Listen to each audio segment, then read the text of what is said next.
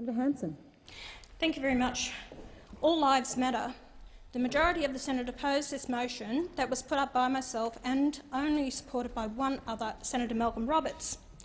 All Australians should be treated equally when it involves the delivery of government services and funding.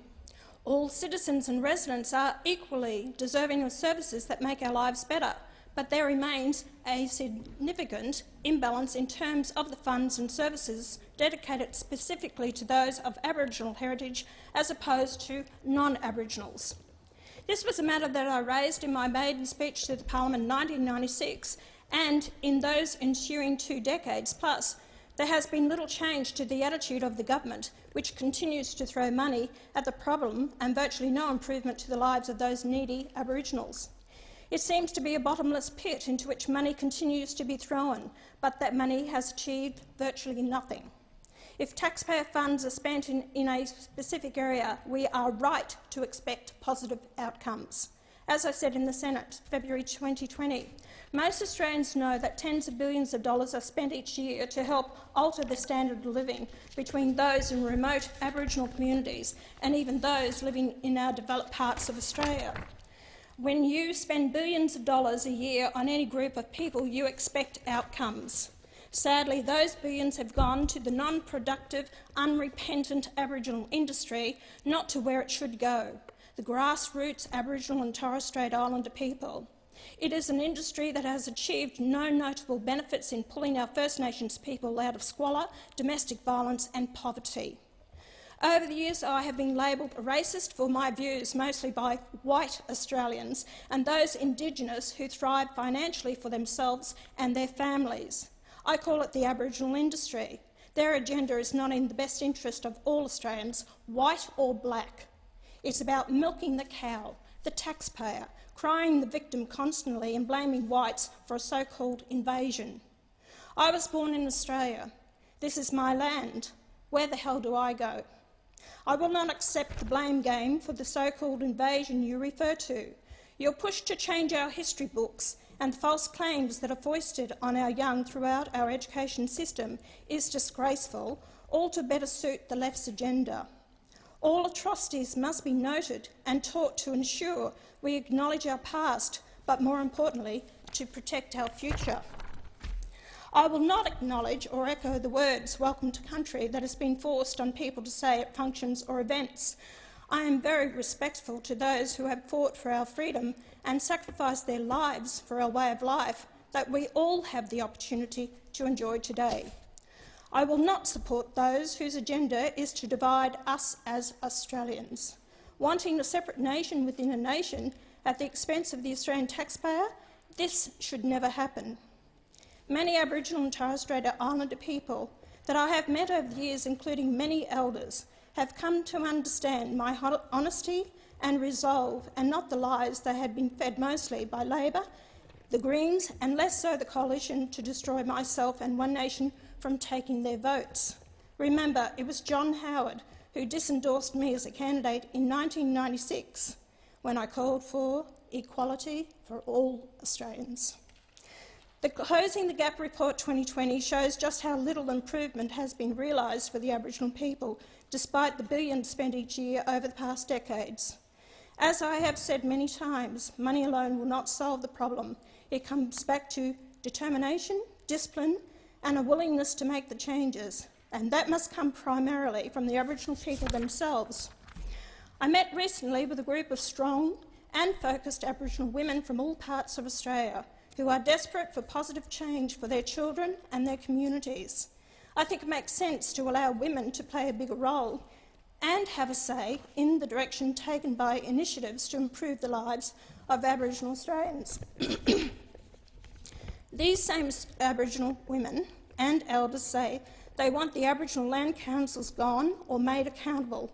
They are corrupt and don't represent the needs of the Aboriginal people. Duplication of Aboriginal services costing billions of taxpayers' dollars, propping them up with no review or accountability. Why? Members in this place are continually calling for accountability from other government departments. In 7 key areas, the Closing the Gap initiative has not performed well. with even Prime Minister Scott Morrison admitting the poor results. Poor results will continue in substance abuse, domestic violence, child sexual abuse, education, housing, jobs, health and Aboriginal incarceration if we keep giving excuses, calling them disadvantaged, throwing money at it and treating their ineptness as our responsibility when they have to take responsibility for their own actions. Someone needs to start looking in the mirror. The child sexual abuse that is committed in Aboriginal communities is an absolute disgrace. Very little is done about it by authorities because they are black, and they pull the race and cultural card. Those poor children, and also the women who are bashed and raped, is that the fault of the white man? No. Go to Doomadgee and see the children walking the streets at night to flee the abuse they receive in their own homes from their own parents and family members. Is that the white man's fault? No. I have had a gutful of the bleating from the Greens and others. How many Indigenous have you had in your homes? Have you fought personally to help an Indigenous woman in prison to get her life on track, be with her 7 children in her own home? I very much doubt it. I have. Many in this place are all BS and push their own political agenda without really understanding the implications and ramifications of what they are saying.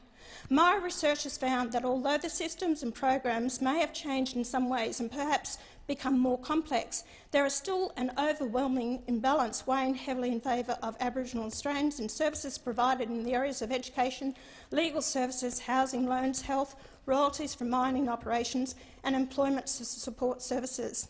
Are handouts a good thing? Do they help improve the life of positions of many Aboriginals, particularly those who live in remote areas? To favour any one race in Australia over other races in terms of government support and the provisions of services amounts to racist policy and actually prolongs the problems. There are many Australians who would gladly love the handouts and opportunities to give to the Indigenous,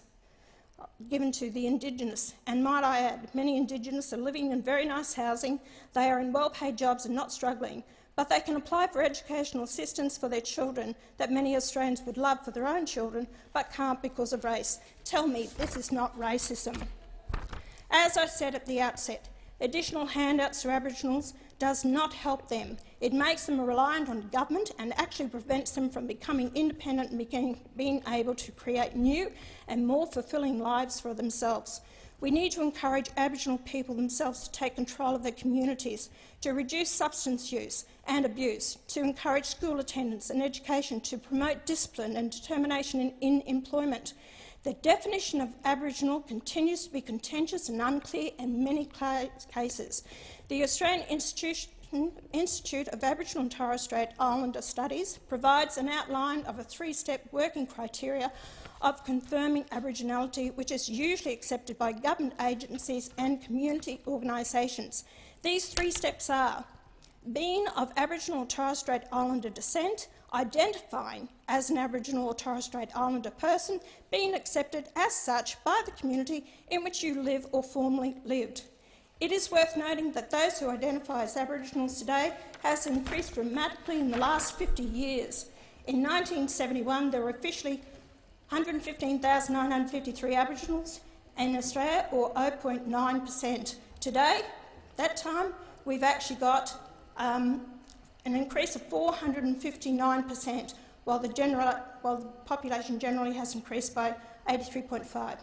Some suggest the increase is a result of increased willingness to identify as Aboriginal. It is a matter for further research, which the increase is a cause of the loose definition and the many government benefits available to Aboriginals. I believe it does. To all those struggling Australians wanting equal opportunities for their children and families, tick the box. There is no place in our country for racism or, for that matter, reverse racism.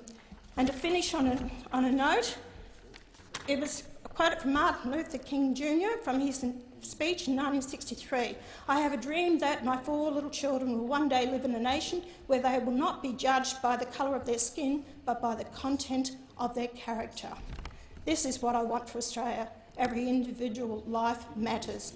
Aboriginal lives matter. All lives matter. Thank you, Senator Hanson.